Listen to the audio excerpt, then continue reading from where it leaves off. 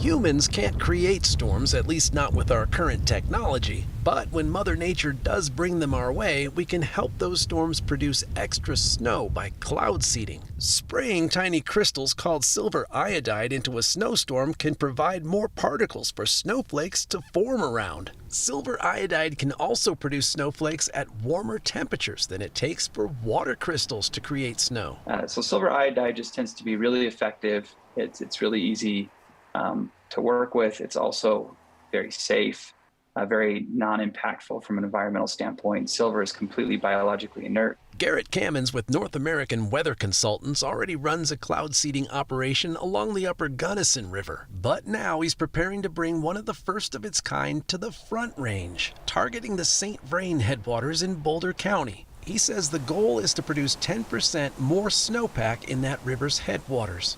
So we're not stopping a drought by cloud seeding, but it is a helpful, beneficial resource. Cammons says a common misconception about cloud seeding is that it steals precipitation from areas downwind of the operations. But he says there's more moisture in a storm than most people realize, and very little of that moisture actually falls as precipitation.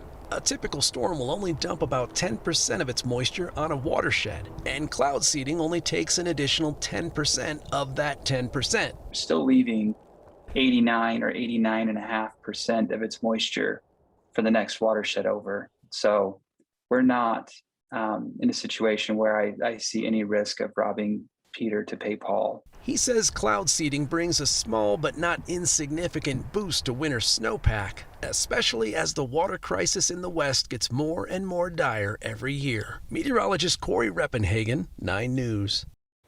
Cammons says cloud seeding in Colorado is also gaining momentum in states downstream from our rivers. Nevada, for example, is funding some of their own operations on the Colorado River. The St. Vrain and Left Hand Water Conservancy District is sponsoring the new Boulder County operation, which is scheduled to begin this winter.